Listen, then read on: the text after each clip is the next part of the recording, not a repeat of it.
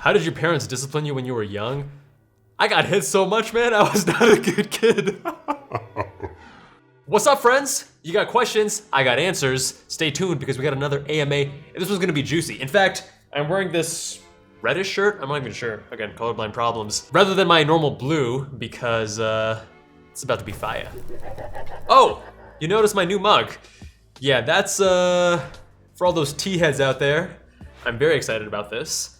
And if you do want to get your own, stay tuned because I'll be announcing that later in September. And as for what I'm drinking, it is some lemon balm. I'm trying to get into teas that help me relax and unwind at night because normally during the morning and afternoon, I like to drink greens and oolongs and black teas, but those have caffeine and my insomnia is bad enough. My friends, thank you for joining me. Today was my infusion day when I got my Remicade infusion. Happens every 6 to 8 weeks. Been doing this for about 11 years. And I'm gonna try making it a habit that every 6 to 8 weeks, I'll do one of these AMAs because it adds so much perspective to my life and it reminds me how important it is to connect with cool people. And I love connecting with you guys. I've met so many cool people through YouTube. It's amazing. That's one of my favorite things about YouTube. It's definitely empowered me to live a life that I didn't even know was possible, but it's also allowed me to connect with amazing, amazing people. So I love you guys. I want to say thank you for watching and let's dive in. As a former plastic surgery trainee, have you ever considered getting plastic surgery? Okay, this is an interesting question. There's two sides of this. One side is I feel like I should be comfortable in my own skin with the way I look, with my imperfections, with all that stuff, and just accept. And I think acceptance is going to be the path to peace, inner peace, tranquility, happiness, all the stuff that we want, right? A lot of people think they want happiness. I think they actually want peace, inner peace. On the other hand, there is a very real world bias that beautiful people get treated differently and better than those who are not beautiful. So those are like the two extremes that I consider, but then you also need to consider the risks, you gotta consider the cost, you gotta consider all these various things. I don't think I'll ever get plastic surgery, if I'm being honest. Plastic surgery has made me much more apparent of my own asymmetries and faults and things that I would change. Like I haven't analyzed my face, but just like when you were learning about like eye stuff or nose stuff or whatever stuff in plastic surgery, then I would look at my friends, I'd look at myself and be like, oh, that's interesting, you know?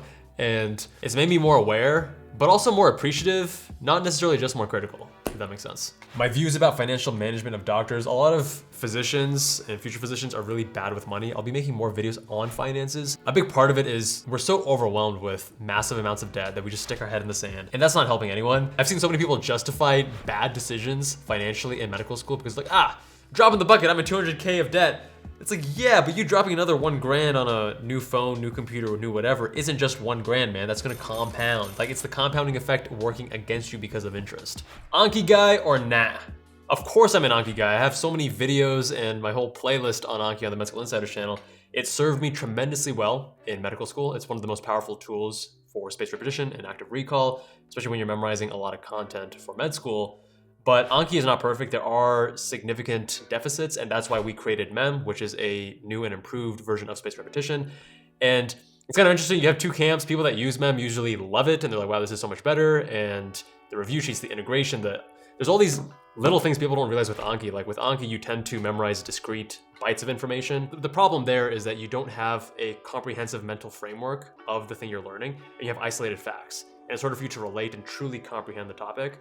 So we have integrated review sheets and they give you the overall big picture. So then rather than confusing it, oh, this thing was similar to that, and then having to do enough cards to then see them both again and then you still don't really get it, you have the context right there. That's like one of the improvements, there's many. And the other people are like, but MEM ain't free, therefore Anki's better. Obviously, kind of apples to oranges in certain ways, but anyways, we're not gonna focus too much on MEM in this video. How did your parents discipline you when you were young? I got hit so much, man, I was not a good kid. In my culture, it's totally normal to beat your kids. I mean, not crazy amounts, but yeah, I was such a troublemaker. Next one is, how do you make cardio more interesting? You bike, for example, how do you do that for extended periods of time? Essentially, any type of cardio, if you keep at it long enough, you will ultimately find it enjoyable, I feel, because of endorphins. I was chubby in middle school and then 9th grade, freshman year of high school. And it was that summer after freshman year, I was like, you know what? I'm tired of being chubby.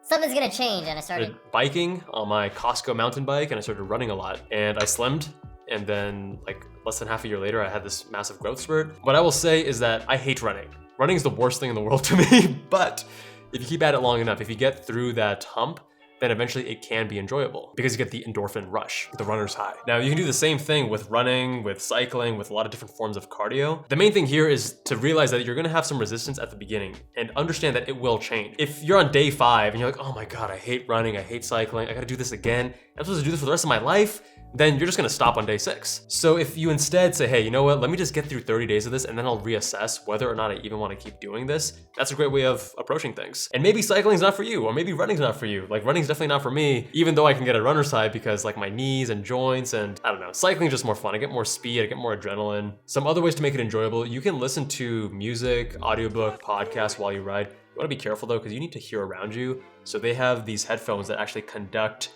straight to your bones, right? And that allows you to maintain some outside hearing. I also talk about these cat ears in my favorite purchases video, and that essentially reduces the wind noise around you. So if you did have headphones, you could reduce the volume. But that's one of those things where you wanna be careful because hearing things around you when you're on the bike going 20, 30 miles an hour is really important. You know, another part of this that I think adds a lot of spice, a lot of flavor, all that jazz to the whole situation is just competing with yourself, watching yourself improve. Weight training is already pretty fun, I think, at baseline, but then when you see the performance, it's a totally different game. Same thing with cycling. When you start off slow, I'm still really slow, but I'm a little bit faster than I was when I first started. Seeing the progress is awesome. What I'm actually doing this weekend is I'm flying to Seattle. We're gonna ride around Lake Washington on day 1, that's around 70 miles. Then day 2 and 3, we're riding from Seattle to Portland, that's 200 miles. So in total, around 270-ish miles. And you may be thinking to yourself, why would you do that? And sometimes I ask myself the same thing. It seems really stupid. In fact, from a health perspective, it's not good for you. This level of endurance cardio training increases leaky gut. So I gotta be a little more strategic and careful with this thing. But part of it is just the challenge of being like, can I do this crazy thing? Because last year I rode my first century. That's 100 miles in one day. And like, what do you do after a century? You do a double century. Do medical schools offer language classes? Depends on the school. I went to UC San Diego for med school. A large Spanish-speaking population lives in San Diego, so they did have medical Spanish.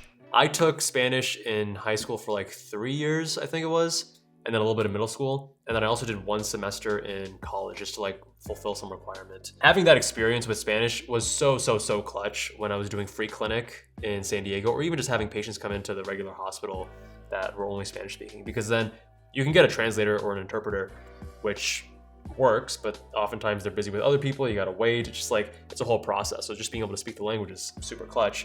Taking medical Spanish can really elevate whatever foundation you have to then include medical terminology. Because in high school and college, you're not really going over like pain and anatomy and stuff like that. So you do have to learn that vocab. What do you think of the new Toyota GR86 and will it be replacing your FRS? Oh my God, dude, I am so stoked for this. I am so juiced. I'm a huge car nerd. I'm like, jeez. If there's one thing I've been addicted to for my entire life, it's cars. The biggest issue with the car that I have, the FRS, the GT86, the BRZ, the ones between 2013 and 2021, because it's new model years for 2022, the biggest issue that people complain about is that it doesn't have enough power, especially low end, because there's a torque dip, which means when you get on the gas and you try accelerating, your car feels very sluggish at kind of in city driving situations because you're not redlining constantly while you're on the streets. When you're on the track, it's different. You don't feel the torque dip because you're up around 6,000, 7,000 RPM a lot of the time. So they're giving it a 2.4 liter engine rather than a 2.0 liter engine. And they've also changed the tuning so that there's no more torque dip. It makes more power, it makes way more torque, and the actual power band and torque curves are way more linear. So it's gonna be more fun to drive. The initial reviews are really promising. I'm so stoked for this car. And it's a Toyota. It's like a $30,000 Toyota that I think is going to be a future classic because we're gonna be losing naturally aspirated gasoline, ICE, internal combustion engine, stick shift cars that are light and tossable. And I don't know, I may replace this car, which is now over 8 years old, with the new one. We'll see. The other thing I'll say is the GR86 looks way better than the BRZ with that front fascia. Huge difference. I would definitely go the Toyota version. Plus, I love Toyota because of the AE86, Toyota 2000 GT, all that history. As an F1 fan, who is your favorite driver and or team? Without a doubt, Lewis Hamilton. I think there's a lot of things I love about the guy. He's classy, wasn't always classy. He's talented, he's a stud. I love that he's a minority in this sport that's really dominated by Caucasians, and that speaks to me in a certain way. As for my favorite team, I'll probably get some flack for this. I just don't like Ferrari. I think Ferrari has done a lot of shady things over the years, both with their regular consumer cars as well as on the Formula One racing team. I like Mercedes, I like Red Bull, I like McLaren. I think a lot of these teams are really cool. But I mean, it's hard to choose just one driver because Daniel Ricciardo he's the funniest, he's like the coolest personality. Lando Norris is so lovable. I mean, who doesn't like Lando Norris? Max Verstappen is so talented, but his personality is not as easy for me to relate to or connect to, but super talented guy. What ethnicity or ethnicities are you? Antarctican. Okay, so Zach Jones was in medicine and then left for computer science, it seems. One thing that this touches on that I want people to understand is that if you want to do something that's challenging, if you want to really challenge your intellect and do those things, medicine is great, but it's definitely not the only profession for that. I think a lot of people, because of cultural pressures, put medicine on a pedestal. I think this is the answer, this is what I gotta do, and this is the pinnacle of my potential. Not necessarily, definitely not. In fact, you don't actually have to be that smart to be a doctor. It's more about your work ethic, your discipline. It's a lot of memorization, and the critical thinking is there, especially depending on the specialty, but not nearly as much as something like computer science and engineering and things like that. And then of course, to be a good doctor, it's not just the material and the disease and the diagnosis and the treatment, it's also about the people skills, the compassion. Will I make more content for IMGs in the future? Absolutely, it will be coming. Madavi Sarin asks about burnout in the long run and lifestyle. You know, surgery is cool, but it is more demanding. That's a trade-off, that's a very real trade-off. I remember when I was doing free clinic, one of the MS4s who was going to general surgery, I remember asking her like, hey, how do you balance the whole idea of your lifestyle versus doing what you love in the future? Because general surgery is really challenging in terms of lifestyle. And she essentially said that her passion for it was just so much greater than anything else that there was no other option.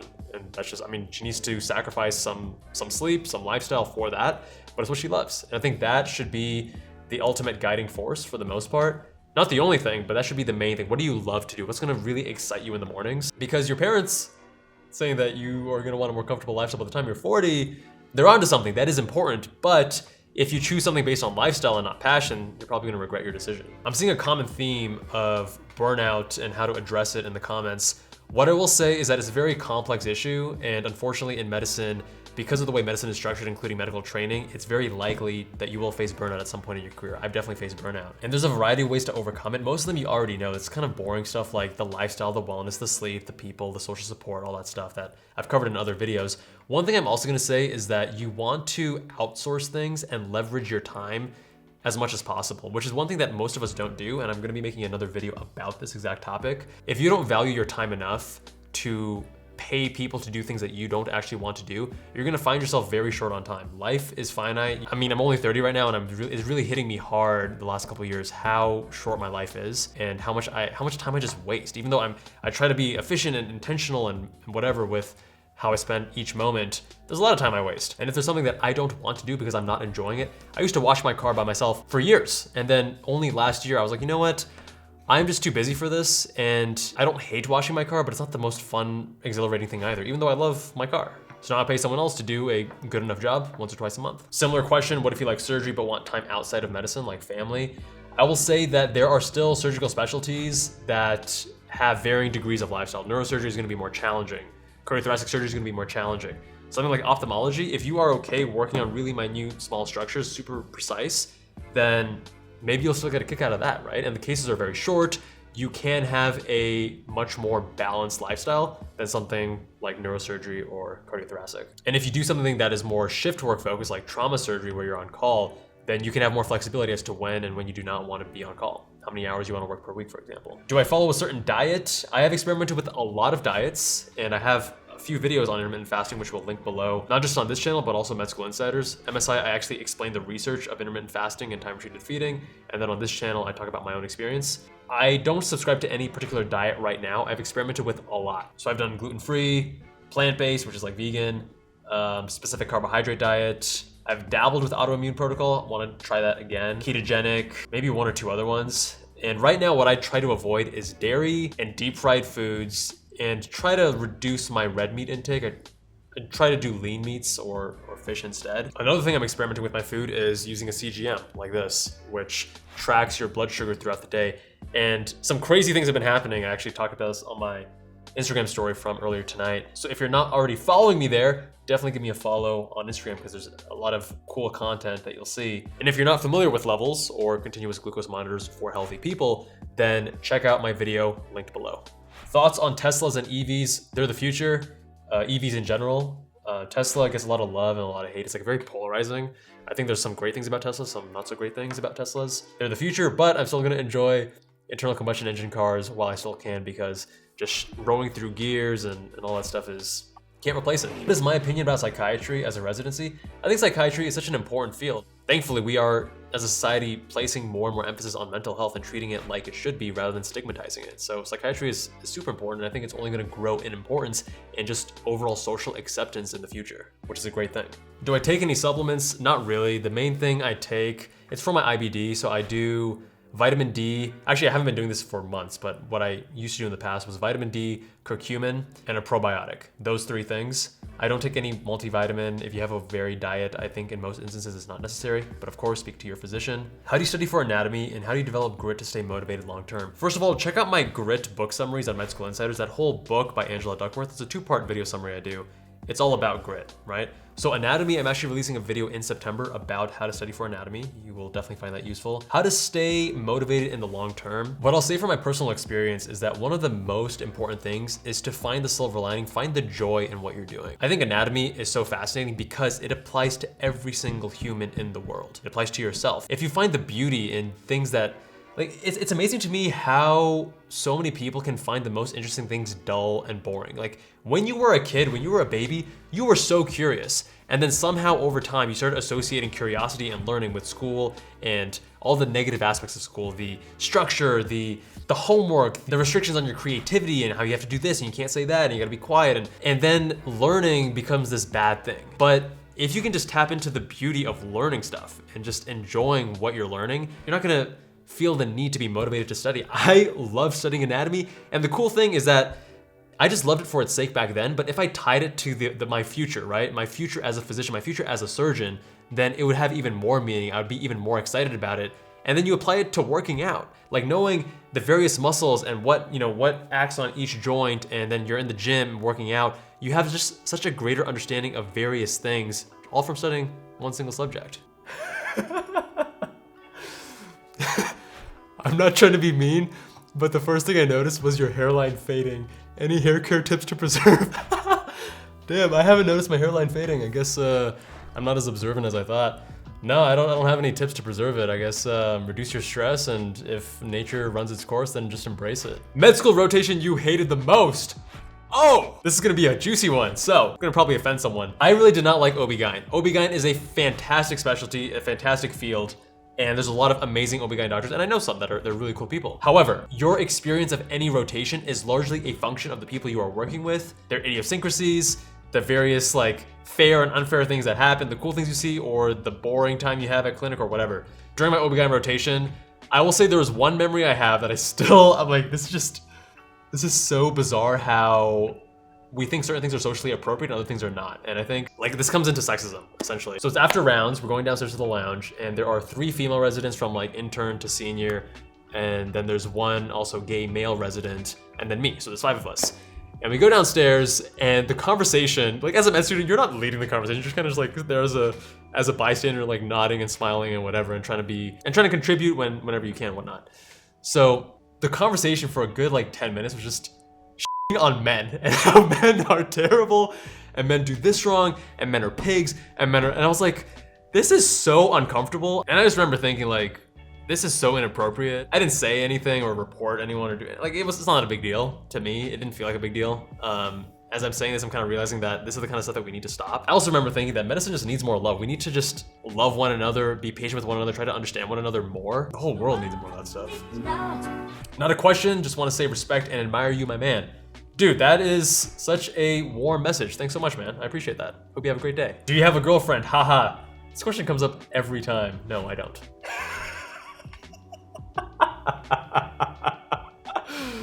That's only for my OnlyFans account.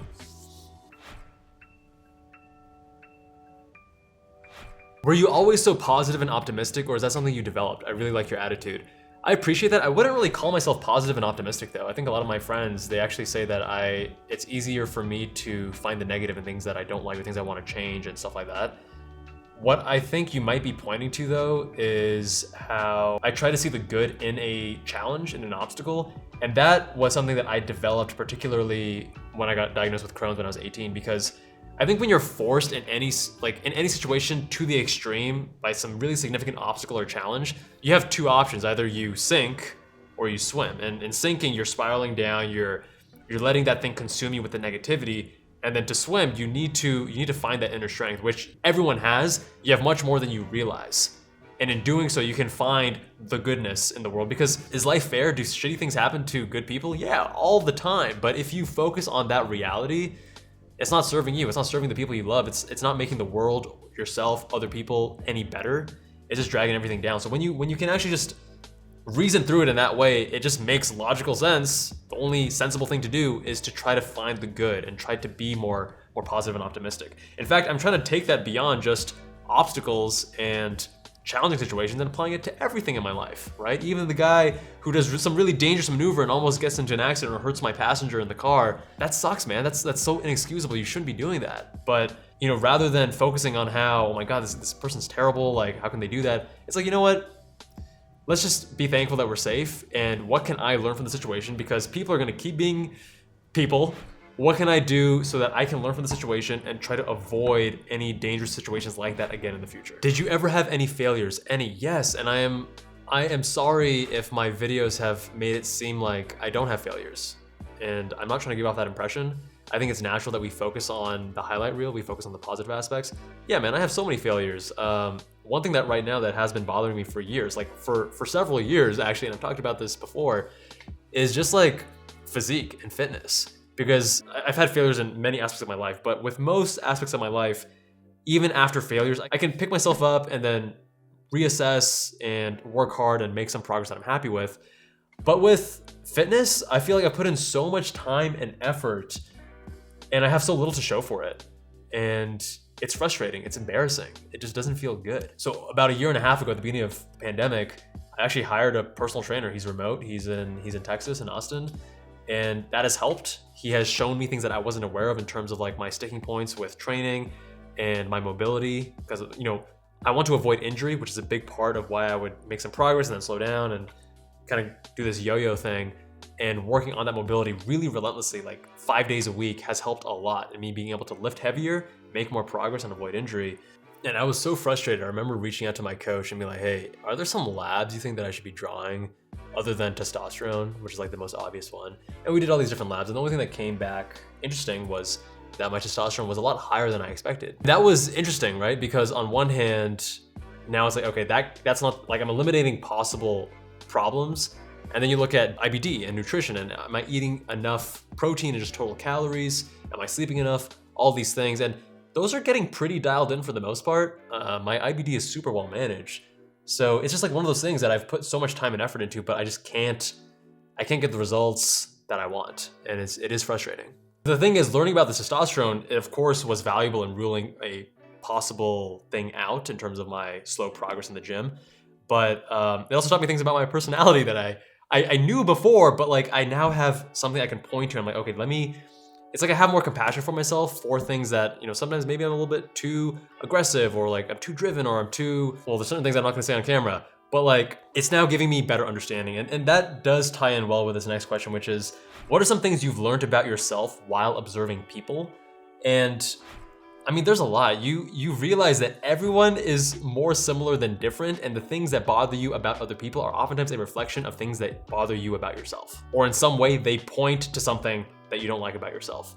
And that has helped me a lot with compassion to strangers. I'm now in this phase of my life where I'm kind of transitioning from just like, I do care a lot about productivity still. I think I've optimized that to a point where I'm happy. There's always room for more optimization. Now I'm trying to focus more on, how do I relate to other people? How do I be more connected and loving and generous in the world? Putting effort there is likely going to make me much happier in the long run. It's gonna make the world a better place. It's gonna give me that inner peace that we all want at the end of the day. What is the biggest letdown of your life? I don't like that this is the first thing that came to my mind, but this is the honest thing, is a certain family member, who I'm not gonna name, but trying to have compassion and even though the person's not really in my life, trying to respect that. Most prideful moment. For the most prideful moment, I think it was actually the day I opened up my MCAT score report, because in high school, this is gonna sound weird, but just bear with me for a second. I never thought I was that smart. There was always like the couple kids in the class that were like considered the geniuses.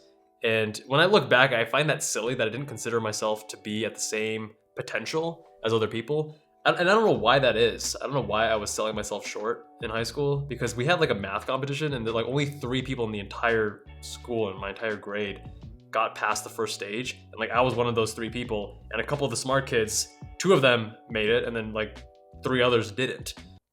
But I still didn't like see myself as being that intelligent or as intelligent, and like kind of limited in my potential. But then with college, just seeing what I was capable of after getting IBD, and just like saying, yo, fuck the world, come at me what you got, and just going ham bananas, and just like, that was a huge confidence boost. And it culminated with, I remember that day of me opening my MCAT score report, and I was like, what?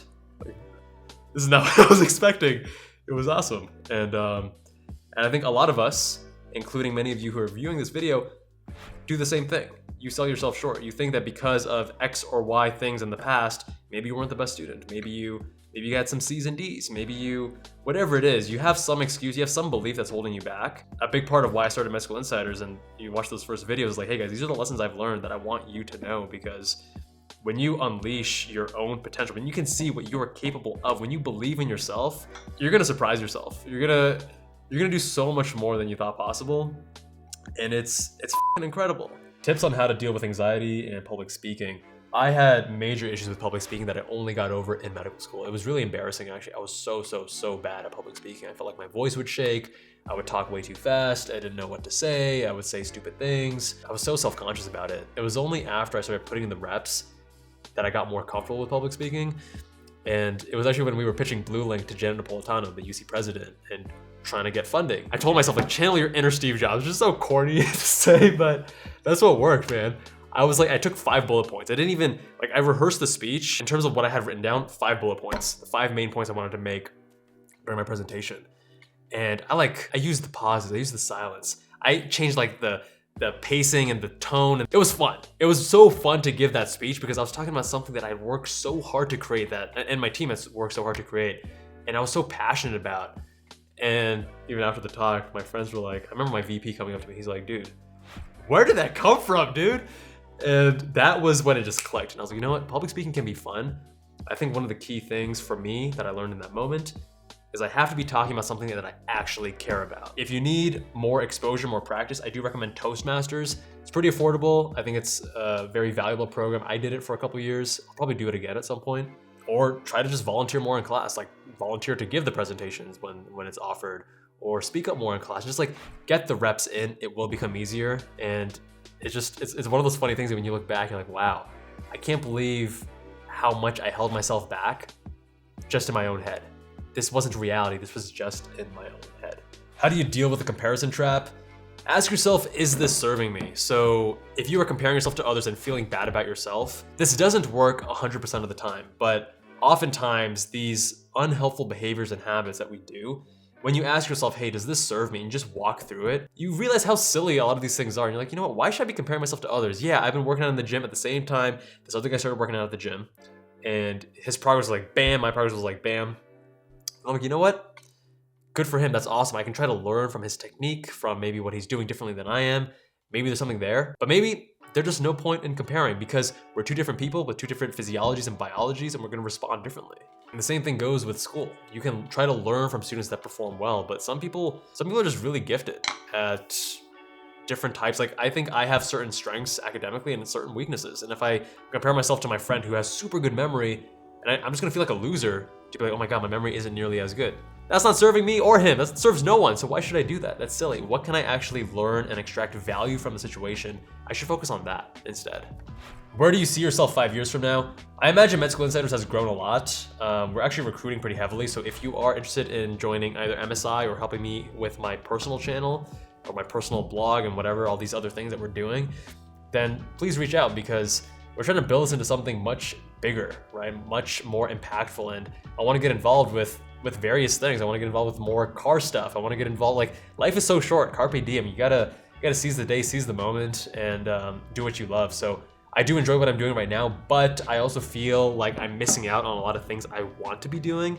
And the only way that I can do that is by really growing this into something more self-sustaining. I'm limiting the capacity of the business by not focusing enough on growing the team. Well, I'm growing the team now, but like I should have been doing this 2 years ago, 3 years ago, because we could have so much more impact and so much more reach and just so much more power if we expand properly. That was a lot of questions. You guys had some good juicy ones this time. If I didn't get to your question, I'm sorry. Please do remember it. Try to ask me again in a future AMA. This one went a lot longer than our normal AMAs, and I appreciate you watching till the end. I've included links to some other helpful videos down below, and if you haven't already, check out this video or that one. Much love, and I will see you guys there. Oh, dude, I love doing AMAs.